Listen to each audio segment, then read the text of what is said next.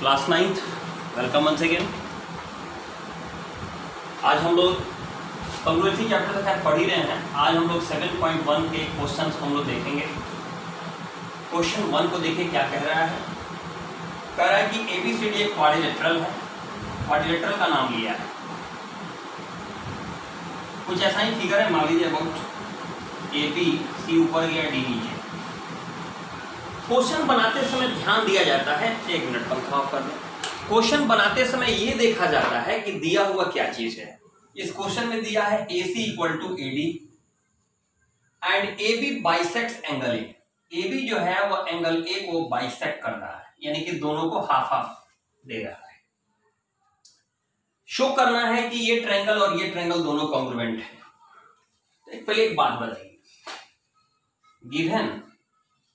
Given AB bisects angle A, इसका मतलब क्या हुआ? यहां एंगल 1 लिख दो, यहां एंगल 2 लिख दो। इसका मतलब है कि एंगल 1 और एंगल 2 आपस में क्या है? बराबर है। Also AC equal to AD, ये भी बात दिया हुआ है। अब देखो कौन सा ट्रायंगल कॉन्ग्रुएंट करना है। तो जिस ट्रायंगल में कॉन्ग्रुएंट करना है उसका नाम लिखो। दिया हुआ है ABC and ABD, ABC and triangle ABD। जो वो नाम देगा वही नाम रखिएगा, नहीं तो जब अपने से नाम रखना पड़ेगा तो पैटर्न का ध्यान रखेंगे। जैसे ABC ऐसे गया है तो ये आएगा ABD, दोनों में सेम पैटर्न होना चाहिए, तभी जाके कॉरेस्पॉन्डिंग साइड जो होगा वो सही आएगा। अब देखिए, अब इसका और इसका कुछ मैच करिए। जैसे क्वेश्चन में दिया है कि इसका AC और इसका AD बराबर है, तो ये चीज क्वेश्चन में दिया है इसलिए हम मेंशन करेंगे गिवन। इसके बाद क्या है? इसका एंगल 1 और इसका एंगल 2 बराबर है, तो लिख सकते हैं एंगल 1 एंगल 2, ये भी क्या है? गिवन दिया हुआ है, क्योंकि दिया था कि AB उसको बाइसेक्ट कर रहा था। तो दो क्राइटेरिया जनरली क्वेश्चन में दिया गया रहता है। थर्ड क्राइटेरिया को आपको ढूंढना होता है। अब हम इसमें और क्या ढूंढें? अब तो कोई साइड, अगर साइड बराबर होगा तो दिया रहेगा, और एंगल भी बराबर होगा तो दिया रहेगा। खासकर अगर एंगल बराबर नहीं दिया है तो थोड़ा सा खोजने में परेशानी होती है, लेकिन साइड में कुछ है विशेष नहीं है। सोचिए अगर ये फोटो को थोड़ा देर के लिए अगर ऐसे निकाल दिया गया रहता तो ये इसके बराबर है, ये एंगल इसके बराबर है, ध्यान दे दिया जाता है, ये दोनों चीज कॉमन है कि नहीं? दोनों जो है वो दोनों में AB नाम आएगा, क्योंकि इसमें भी बोलिएगा तो ABC बोलिएगा, इसमें भी बोलिएगा तो ABD बोलिएगा। दैट मीन्स AB और AB क्या हो गया? कॉमन हो गया। तो इसका AB और इसका AB दोनों में है तो लिखेंगे कॉमन। अब सोचिए यहां पर कौन नियम हम लगाएं। तो ये साइड था तो ये भी साइड था, ये एंगल था ये भी एंगल था, और ये साइड कॉमन था। इसका मतलब है हमारे लिए यहाँ कौन नियम रहेगा? तो बाई SAS, तो by SAS congruency condition triangle ABC congruent triangle ABD। और इसके बाद अगर कोई क्वेश्चन देगा तो अब हम यूज करेंगे CPCT। क्या कोई क्वेश्चन दिया है, कह रहा है what can you say about BC and BD। एक बात बताइए, इसमें जो पोजीशन BC लिया है वही पोजीशन BD लिया है, इसका मतलब ये दोनों आपस में क्या आएगा? बराबर आएगा। तो इस क्वेश्चन का जवाब देने के लिए आपको लिखना पड़ेगा by CPCT BC equal to BD। Clear है? अब आते हैं क्वेश्चन नंबर नेक्स्ट जो है क्वेश्चन नंबर 2 पर। अब देखिए क्या, एक एक क्वेश्चन को बारीक से समझिए, ठीक है? बारीकी से जब समझ जाएंगे तो परेशानी नहीं होगी। एक खासकर जो फर्स्ट चैप्टर उस पर तो विशेष ध्यान देना पड़ेगा। अब ये देखिए, यहां एक ऐसा फोटो बनाया है,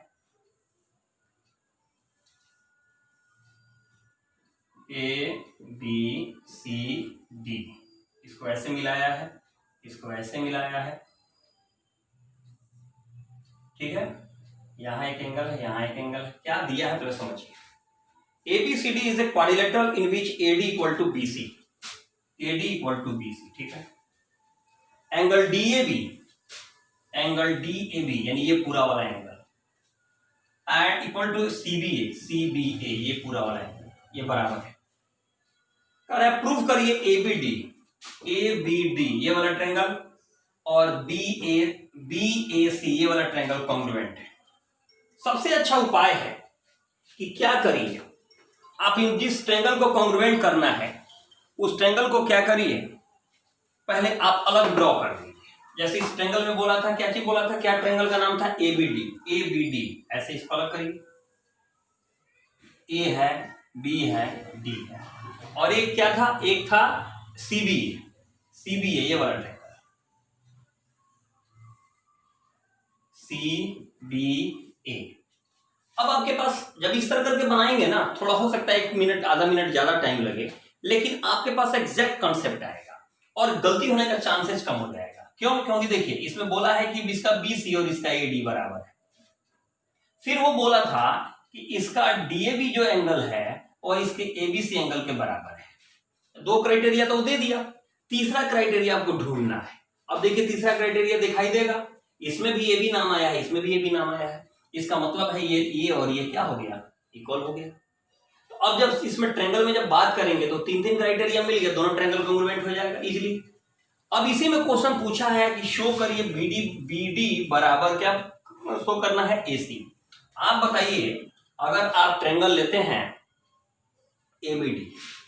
ABD कॉन्ग्रुएंट कर देते हैं किसके, BAC के, BAC दोनों, क्योंकि ये क्राइटेरिया तो अवेलेबल है। अगर कर देते हैं तो एक बात बताइए, इसका BD होगा तो ऑटोमेटिक इसका AC आएगा कि नहीं। इसका मतलब बाई CP, ये जब ट्रेंगल कॉन्ग्रुएंट हो जाएगा पहला क्वेश्चन तो लिख देंगे by CP/CT BD equal to AC। फिर कह रहा है शो करिए एंगल B जो है वह एंगल A के बराबर है, ठीक ना। एंगल ABD, अच्छा ABD equal to angle ABD equal to angle BAC, कोई बात नहीं है। तो ये बताइए जब हम नाम बोलेंगे तो यहाँ एंगल B आया बीच में और इसमें क्या आया, A आया, तो A यहाँ जो एंगल B आया वो किसको शो कर रहा है, ABD को, इस एंगल को। और जब हम बोलेंगे BAC तो ये आएगा, इसका मतलब ये दोनों ट्रायंगल आपस में, ये दैट मींस CP/CT से आपका सवाल बन जाएगा। अब आइए क्वेश्चन नंबर 3। क्वेश्चन नंबर 3 में देखिए, यहां B है, यहां A है, ये भी परपेंडिकुलर, ये भी परपेंडिकुलर, यहां O दिया है, यहां C, यहां D, क्या दिया है। अब क्वेश्चन पढ़ते हैं। AD and BC are equal perpendiculars, इसका मतलब ये दोनों बराबर है। अब कह रहा है टू द लाइन AB, ठीक है, AB पर ये दोनों परपेंडिकुलर है, इक्वल है। शो करना है कि CD बाइसेक्ट्स AB, शो करना है कि ये CD है वो AB को बाइसेक्ट कर रहा है। ये इसका मतलब ये है कि आपको प्रूफ करना है OA इक्वल टू OB, यानी कि टू प्रूव आपको प्रूव करना है OA इक्वल टू OB। ये तभी ना प्रूफ हो पाएगा जब ये दोनों ट्रायंगल कॉन्ग्रुएंट आप करेंगे। अब अगर इसका लेते हैं ट्रायंगल OBC और इसका ट्रायंगल लेते हैं OAD, इसमें अगर बात करते हैं तो देखिए क्या क्या क्राइटेरिया मिल सकता है। पहला तो BC के बराबर मिल गया AD, पहला काम खत्म। दूसरा इसका भी 90, इसका भी 90, यानी दोनों एंगल बराबर हो गया। और तीसरा यहाँ का एंगल और यहाँ का एंगल आपस में बराबर आएगा, क्यों, क्योंकि वर्टिकली अपोजिट एंगल है। तो यहाँ एक साइड था और ये 2 अलग अलग एंगल थे। तो यहाँ याद करिए 2 एंगल है लेकिन दोनों के बीच में साइड नहीं आया है, साइड कहीं और है। तो 2 एंगल है और साइड अलग है, तो वहां पर कौन सा रूल चलेगा, AAS। अगर ये बीच वाला साइड आ जाता तब तो ASA चलता। तो यानी कि हम AAS से दोनों ट्रायंगल को क्या करेंगे, कॉन्ग्रुएंट कर लेंगे। तो जब कॉन्ग्रुएंट कर लेंगे तो CP/CT से ऑटोमेटिक है। अगर इसका हम OB लिखेंगे तो इसका OA लिखेंगे, यानी दोनों बराबर हो जाएगा। तो दोनों का बराबर होने का मतलब है कि ये लाइन इसको क्या कर रहा था, बाइसेक्ट कर रहा था। इसी तरह क्वेश्चन नंबर 4 है, क्वेश्चन नंबर 5 है, ये सब इजी क्वेश्चन है, इसमें कुछ खास विशेष नहीं है। आइए क्वेश्चन नंबर 6 को देखते हैं। अब देखिए 6 में क्या है, इसमें थोड़ा सा स्पेस समझना है क्वेश्चन को, बड़ा अच्छा सवाल है। 6, 7, 8 तीनों बहुत अच्छे सवाल है। आइए पहले समझते हैं, फिगर को देखते हैं।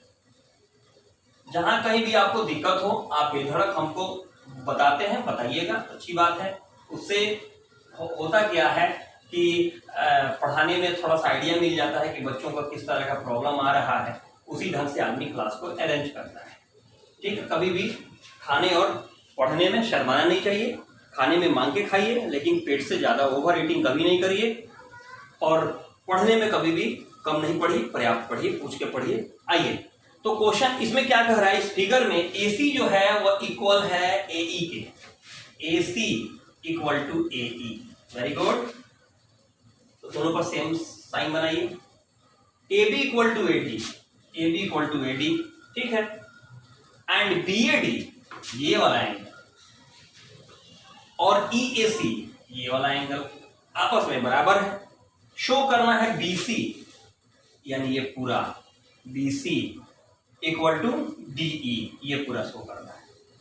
तो मैं चाहूंगा थोड़ा सा देख, हो सकता है कभी कभी आप लोगों को देखने में परेशानी होती है, मैं नहीं कह रहा हूं, मैं जानता हूं, लेकिन इस फिगर के चलते मैं थोड़ा सा हेल्प ले रहा हूं रेड मार्कर का।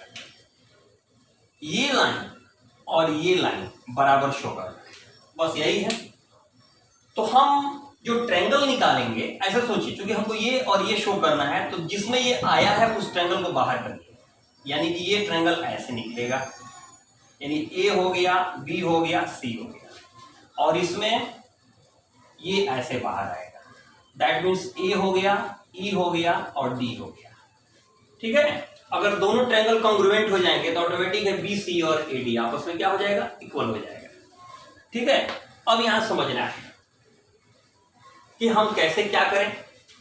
एक बात बताइए, क्या क्या दिया हुआ है इक्वल, पहले समझिए। इसका ए बी और इसका ए डी बराबर दिया हुआ है, इसका ए सी और इसका ए ई बराबर दिया हुआ है, तो यहां तो दिखाई दे रहा है कि एंगल ए कॉमन हो जाएगा, लेकिन नहीं, इस फिगर में आइए, ये एंगल और ये एंगल बराबर था, पूरा एंगल ए, यानी यहां से यहां और यहां से यहां बराबर नहीं दिया हुआ था, और ये पूरा इस फिगर में लिया गया है। जब बोला गया है ए बी सी तो ये पूरा एंगल का भी यूज किया गया है, और जब ए डी ई बोला गया है तो ये पूरे एंगल का यूज किया गया है, जबकि क्वेश्चन में ऐसा नहीं दिया हुआ था। क्वेश्चन में बस दिया था क्या, क्वेश्चन में दिया था कि इतना और इतना आपस में बराबर है, लेकिन जब हमने ड्रॉ किया है तो ये एंगल दोनों में हमने यूज कर लिया है। तो एक बात है, ये एंगल तो दोनों के लिए इक्वल आया, दैट मीन्स ऐसा सोचना है, गिवन क्वेश्चन में दिया हुआ है angle B A D equal to angle E A C, दोनों इक्वल दिया हुआ है, ये वाला एंगल और ये वाला एंगल आपस में क्या है, इक्वल है, यानी कि B A D equal to E A C. तो ये बीच में एंगल वन, यही वन जोड़ते हैं तो बी ए सी बन जाता है, तो ये वाला बन जाएगा, और ई ए सी में यही एंगल वन जोड़ देते हैं तो ई ए डी का निर्माण हो जा रहा है, यानी कि एंगल वन दोनों में कॉमन ऐड करना पड़ेगा। तो चलिए हम ऐड कर लेते हैं, angle B A D plus angle one equal to E A C plus angle one. दो बराबर चीजों में बराबर जोड़ेंगे तो रिजल्ट भी क्या होगा, बराबर होगा। अब यहां सोचिए, बी ए डी था और एंगल वन जोड़ लिए तो बी ए सी हो जाएगा, यानी अब बन जाएगा angle B A C. E A सी में एंगल वन जोड़ते हैं तो ई ए डी बन जाएगा, एंगल ई ए डी। अब देखिए ये चीज अब इसमें मिल सकता है, क्योंकि बी ए सी यानी ये एंगल हो गया, ई ए डी ये एंगल हो गया, ठीक है। तो अब हम आराम से दोनों ट्रायंगल को क्या करेंगे, कॉन्ग्रुएंट कर लेंगे, यानी पहले ये काम करना पड़ेगा, फिर हमें बात करना पड़ेगा in triangle A B C and triangle A D E, ठीक है। इस हिसाब से लिखेंगे कि इसका बी सी इसका डी, देखिए आ जाएगा, जब दोनों ट्रायंगल कॉन्ग्रुएंट हो जाएगा तो ये कॉरस्पॉन्डिंग पार्ट बनेगा, ऑटोमेटिक है क्या हो जाएगा, ये दोनों क्या हो जाएगा, इक्वल हो जाएगा, क्लियर। तो इतना काम करने के बाद ही ये कॉन्ग्रुएंसी दिखाना पड़ेगा, पहले कॉन्ग्रुएंसी नहीं दिखा सकते हैं, दैट मींस पहले नहीं बना सकते हैं, और सही बात है पहले कॉन्ग्रुएंसी भी नहीं दिखा सकते हैं। आपके पास दो क्राइटेरिया तो है, तीसरा क्राइटेरिया नहीं है, तो you will have to arrange the third criteria, then after you have to congruent। अब आइए, अब बात करते हैं क्वेश्चन नंबर 7 का। देखिए सब क्वेश्चन अगर हम पूरा सोल्व कर देंगे तो आपको उतना मजा नहीं आएगा, इसलिए थोड़ा सा कहानी में ट्विस्ट डालना पड़ता है, और डालेंगे तभी अच्छा लगेगा, इसलिए जितना मैक्सिमम जो हमसे हो सकता है हम कर देते हैं, उसके बाद का काम अपना कर दीजिए। फिर भी अगर नहीं बनता है उसके बाद तब हमसे बात करें। ये देखिए P है, ये आपका D है, ये आपका E है। इसमें देखिए क्या मांग रहा है, इसमें बोला है AB is the line segment and P is the mid point। ये P इसका मिड पॉइंट है, दैट मींस A से लेके P और B से लेके P ये बराबर है। AB का मिड पॉइंट जो है वो क्या है, P, तो AP and BP are equal. फिर उसके बाद दिया हुआ है BAD, किधर एंगल है जी, BAD यानी ये एंगल, और दिया हुआ है एंगल ABE,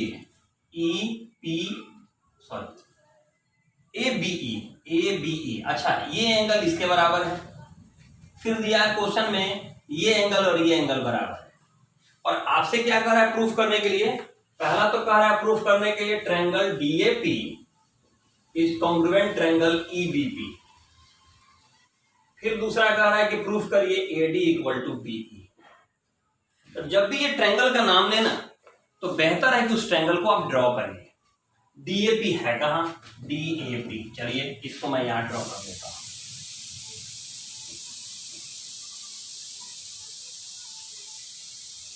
ये डी है, ये ए है, ये पी है। और ईबीपी, चलिए ईबीपी यहां है, ईबीपी। अब इसमें हम टिक लगाएंगे कि कौन कौन जो था वो इक्वल था। तो देखिए क्वेश्चन में एपी और बीपी बराबर दिया था, एपी और बीपी बराबर है। फिर एंगल ए और एंगल बी बराबर था, तो इसका एंगल ए यहां है, इसका एंगल बी यहां है। फिर दिया था एपीई, एपी कहां गया मालूम ही नहीं है। और दिया था बीपीडी, तो बीपी डी देखिए इधर गया। तो जो नाम ये दिया है वो इसमें जब हम सेपरेट किए हैं दोनों ट्रायंगल को तो वो नहीं दिखाई दे रहा है। तो इसका मतलब है कि इसमें हम ओरिजिनल फिगर में देखें मामला क्या है। तो दिया हुआ है एपीई, तो एपीई इस फिगर में आ ही नहीं रहा है, यानी कि इसको ये बढ़ाने पर एपीई आ रहा था और इसको बढ़ाने पर आपका बीपीडी आ रहा था। ठीक है, तो इसका मतलब है जब हम नाम एक फोटो बना हुआ है एपीडी का, एपीडी यानी ये जो एंगल दिया है उसमें इसको भी ऐड किया है और ये जो एंगल दिया उसमें इसको ऐड किया है, यानी कॉमन एंगल ऐड करने पर ये दोनों ट्रायंगल अपना दैट मींस दोनों ट्रायंगल में वो एंगल मिल जा रहा है। यानी कि गिवन दिया हुआ है angle APE equal to angle BPD, ये दिया हुआ है। लेकिन मैं जब ट्रायंगल बनाया हूं, अलग सेपरेट किया हूं, तो उसमें ये एंगल मिल ही नहीं रहा। तो प्रॉब्लम क्या आ रही है? एक कॉमन एंगल, एंगल 1 दोनों में जब ऐड कर दिया जाता है तो मेरे दोनों ट्रायंगल में वो एंगल मिल जा रहा है। तो चलिए हम उस एंगल को जोड़ लें। एपीई में भी एंगल 1 को जोड़ते हैं और बीपीडी में भी एंगल 1 को जोड़ते हैं। तो एपीई में जब 1 जोड़ेंगे तो अब यहां से यहां तक पूरा काउंट होगा, तो ये जब पूरा काउंट होगा तो उस कंडीशन में क्या होगा? एपीडी बनेगा, तो एंगल एपीडी हो गया। और बीपीडी में एंगल 1 जोड़ेंगे तो ये पूरा वाला एंगल बनेगा, दैट मींस कि बन जाएगा एंगल बीपीई। अब देखिए ये तो पूरा का पूरा, या दैट मींस एपीडी यानी ये हो गया और बीपीई यानी ये हो गया। ठीक है, अब आप बताइए, अब तो सब कुछ आपके पास है। कैसे है? क्योंकि दो एंगल और बीच का साइड, दो एंगल और बीच का साइड आपके पास अवेलेबल है, तो 3 क्राइटेरिया अवेलेबल हो गया। तो 3 क्राइटेरिया अवेलेबल हो गया तो ऑटोमेटिक है दोनों ट्रायंगल क्या हो जाएंगे? कॉन्ग्रुएंट हो जाएंगे। तो जब कॉन्ग्रुएंट हो जाएंगे तो उस कंडीशन में इसी का एडी है और इसी का बीई है, देखिए सीपी से ये दोनों ही आपस में क्या हो जाएगा? बराबर हो जाएगा। अब है क्वेश्चन नंबर 8। इसको अगर देखिएगा दूसरी किताबों में तो एक थ्योरम बना करके दिया हुआ है। ठीक है, थ्योरम बना के दिया हुआ है क्वेश्चन नंबर 8 को। लेकिन यहां जो एनसीईआरटी में जो क्वेश्चन को बनाया गया है, इसको लिखने का बहुत अच्छा ढंग है। ये इतने अच्छे ढंग से लिखा गया है कि ये स्टेप वाइज आपको प्रूफ करने में बहुत मदद मिलेगा। सबसे पहले देखिए फोटो क्या दिया हुआ है, इस फोटो को पहले समझ लेते हैं। ये आपका एबीसी ट्रायंगल तैयार, और एबीसी राइट ट्रायंगल है एंगल सी पर, और M is the midpoint of hypotenuse AB। चलिए M मिड पॉइंट है, ये हाइपोटेनस का। फिर कह रहा है C join to M, C को ज्वाइन किया गया है M से। Very good. अब कह रहा है क्या कि एंड प्रोड्यूस टू D, और इसको बढ़ाया गया है D तक। कैसे बढ़ाया गया है? Such that DM equal to CM। पहले ये बराबर था, अब ये दोनों बराबर हो गया। ठीक है, और D को फिर B से मिला दिया गया है, बस मिलाया गया है। पहला कह रहा है प्रूफ करने के लिए triangle AMC congruent triangle BMD। फिर दूसरा है कि angle DBC equal to 90 degree, right angle कहने का सेंस यही होता है। तीसरा प्रूफ करना है triangle DBC congruent triangle ACB, और तब चौथा प्रूफ करना है CM equal to half AB। देखिए ऐसे सवाल 4 नंबर के लिए दिए जाते हैं, ठीक है, इसलिए 4 पॉइंट बना के दिया गया है। एनसीईआरटी में समझाने का यही तरीका होता है ताकि बच्चे जाने कि क्वेश्चन का अरेंजमेंट कैसे होता है। तो पहले देखिए क्या दिया था, M is the midpoint of AB, hypotenuse AB, and CM and DM are equal, ये बात दिया हुआ है। पहले बोला है AMC को, यानी AMC इस ट्रायंगल को और BMD इस ट्रायंगल को कॉन्ग्रुएंट दिखाना है। तो आइए पहले बात करते हैं in triangle AMC and triangle BMD। चलिए इसमें बात करें। तो क्वेश्चन में दिया ही था M और BM बराबर है, तो पहले हम उसकी बात कर लें। AM इक्वल टू BM क्यों बराबर आप लिख रहे हैं, क्योंकि क्वेश्चन में दिया हुआ है। अब आइए और क्या हो सकता है, ये भी दिया हुआ है। चलिए CM इक्वल टू DM, यह भी गिवन है। और एंगल 1 और एंगल 2 लिख लेंगे तो ये वर्टिकली अपोजिट हो जाएगा। तो एंगल 1 इक्वल टू एंगल 2, ये हो जाएगा वर्टिकली अपोजिट एंगल्स। हमारे पास मिल गया, SAS क्राइटेरिया मिल गया। तो लिख सकते हैं by SAS triangle AMC congruent triangle BMD, यानी कि दो ट्रायंगल कॉन्ग्रुएंट हो गए। पहला सवाल बन गया। लेकिन इसमें आगे भी इसका काम है, तो चलिए हम लोग इसका कुछ फायदा उठाते हैं सीपीसीटी से। तो सीपीसीटी से क्या फायदा उठा लें, अगर हम इसका AC लेंगे तो इसका क्या हो जाएगा BD, यानी कि इसका AC और इसका BD आपस में क्या हो जाएगा, बराबर हो जाएगा। ठीक है, यानी कि ये आमने सामने का जो साइड था वो आपस में क्या हो गया, बराबर हो गया। एक तो बात हुआ। अब आइए इसके अलावा अगर देखा जाए तो ये मान लीजिए एंगल 3 है, तो ये क्या हो जाएगा एंगल 4। तो एंगल 3 इक्वल टू एंगल 4। ठीक है, तो एंगल 3 इक्वल टू एंगल 4 हो गया। तो फायदा क्या होगा कि ये दोनों लाइन आपस में क्या हो जाएंगे, पैरेलल, चूंकि ये अल्टरनेट पेयर बन रहा है। तो लिख सकते हैं इसके बाद कि since they are equal alternate angles so AC parallel DB, क्या बन गया, दोनों के दोनों पैरेलल हो गए। अब एक बात बताइए, दो पैरेलल लाइन है और इसको ये काट रहा है, तो बताइए दो पैरेलल लाइन के बीच में अगर ये ट्रांसवर्सल का काम करेगा तो यहां पर जो एंगल बनेगा वो कितने डिग्री का बनेगा, ये को इंटीरियर कहलाएगा। दो पैरेलल लाइन को जब भी कोई, अब इसको आप ऐसे समझे हैं कि दो पैरेलल को ऐसे कोई काटेगा तो यहाँ पर क्या होता है, को इंटीरियर होता है। अब इसी फिगर को ऐसे समझिए कि ऐसे दो पैरेलल था, ऐसे काट रहा था, तो यहाँ जो बनेगा क्या हो जाएगा, को इंटीरियर होगा। तो यहाँ पर को इंटीरियर बन रहा है। Here AC parallel DB and BC is transversal, इसलिए एंगल C और एंगल B को इंटीरियर बन रहे हैं बाई को इंटीरियर एंगल्स। और को इंटीरियर एंगल कितना का होता है, तो 180 का होता है। इस क्वेश्चन में ही दिया था C का वैल्यू 90 डिग्री, और 90 plus angle B equal to 180, तो ऑटोमेटिक एंगल B बराबर क्या हो जाएगा, 180 माइनस 90, दैट मीन्स 90 डिग्री। तो एंगल B का ही ना नाम है DBC, ये हो जाएगा angle DBC equal to 90 degree, यानी कि सेकंड क्वेश्चन भी आपका बन गया। ठीक है, अब आपको बताना है DBC ये बड़ा वाला ट्रायंगल और ACB ये बड़ा वाला ट्रायंगल आपस में क्या है, कॉन्ग्रुएंट है। तो पढ़ा ही रहे होंगे आप लोग साथ में, इसको थोड़ा मिटा देते हैं। अब देखिए जिस ट्रायंगल की बात कह रहा है उसी ट्रायंगल में बात करेंगे। In triangle DBC and triangle ACB, थोड़ा भी संदेह हो छोटा सा फिगर यहां बना लो, थोड़ा आइडिया आ जाए। ये आपका DBC है, ये आपका ACB है। क्वेश्चन में पहले ही हम लोग बात कर चुके हैं, ये दोनों बराबर है, यानी इसका DB और इसका AC बराबर है। आपने सोल्व किया था तो लिखेंगे सोल्व। आई थिंक थोड़ा स्याही परहैप्स कम हो गया है, तो देखिए इसमें कुछ है नहीं। तो उसके बाद अगर देखिएगा तो BC भी कॉमन हो जाएगा। क्यों BC कॉमन हो जाएगा, क्योंकि दोनों फिगर में आप उसको देख रहे हैं, तो जब दोनों फिगर में वो दिखाई देगा तो कॉमन ही कहलाएगा। तो दोनों ट्रायंगल के लिए वो क्या हो गया, कॉमन हो गया। तो BC इक्वल टू BC, ये क्या हो गया, कॉमन हो गया।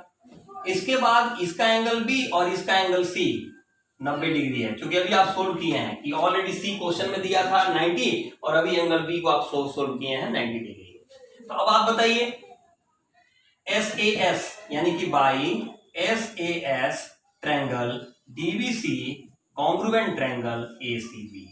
ठीक है, दोनों ट्रायंगल कॉन्ग्रुएंट हो गए, यानी क्वेश्चन नंबर 3 बन गया।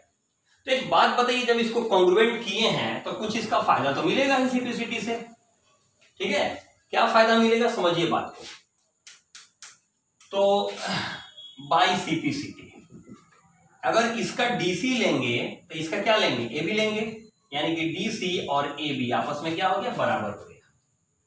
अब एक बात बताइए, डीसी के कितने टुकड़े हैं, 2 टुकड़े में लिख सकते हैं डीसी को, DM plus MC equal to A B. चूंकि हमें प्रूव करना है CM equal to half A B. Question में ऑलरेडी दिया था कि डीएम और सीएम बराबर है, तो हम इसको भी लिख सकते हैं CM plus CM equal to A B, क्योंकि डीएम और सीएम क्वेश्चन में दिया ही था कि बराबर है। तो इस तरह 2cm equal to A B, तो finally cm equal to half A B, और इस तरह जो है आपका चौथा नंबर क्वेश्चन जो है वो प्रूफ हो गया। तो एक्सरसाइज 7.1 जो है आप बहुत इजीली समझ गए होंगे।